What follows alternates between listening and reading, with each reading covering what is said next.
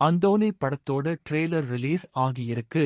நங்கூரத்தால படகத்தான் நிறுத்தலாம், பாஞ்சு வரும் அலைய நிறுத்த முடியாது, அதுபோலதான் அவனும் என்று சொல்லி ஹீரோ இன்ட்ரடியூசஸ் பண்ணுறாங்க. கடலுக்கு போனவரு கடல்ல உயிருக்கு போராடுற பெண்ண கூட்டி கொண்டு வாராரு. இருவருக்கும் இடையே காதல். இருவரும் திருமணம் செய்து கொள்கின்றனர். கடந்த காலம் நிகழ்காலம் என அந்தோனி நளினியின் வாழ்க்கை நகர்கின்றது. இதனிடையே வெளிநாடு சென்று வந்த அசோக் நண்பர்களுடன் சவால் விடுவது, கரோலினுடன் காதல், அந்தோனியுடன் மோதல் என செல்கின்ற கதையில் அசோக் அந்தோனி வாழ்க்கையில் ஒரு சம்பவம் நடக்கிறது.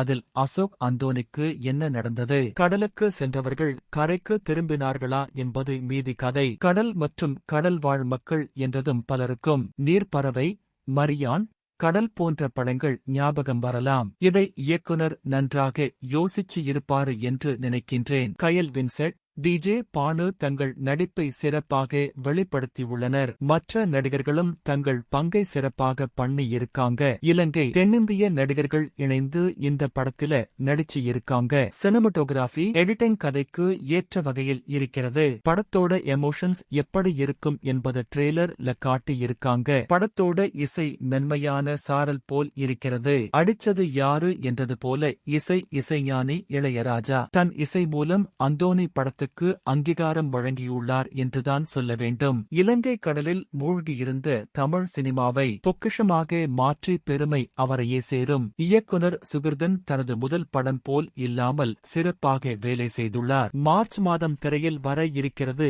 அந்தோனி. இளையராஜாவுக்கு கடற்கரை காதல் கதை ஒன்றும் புதிது இல்ல, ஆனா ஈழத்து கடற்கரை காதல் கதை புதிது. உங்கள்ட்ட சொல்லாட்டியும் போய் உங்களோட அம்மாட்ட சொல்லுங்கப்பா. கடலோர வீடு, குயில் வாழும் கூடு,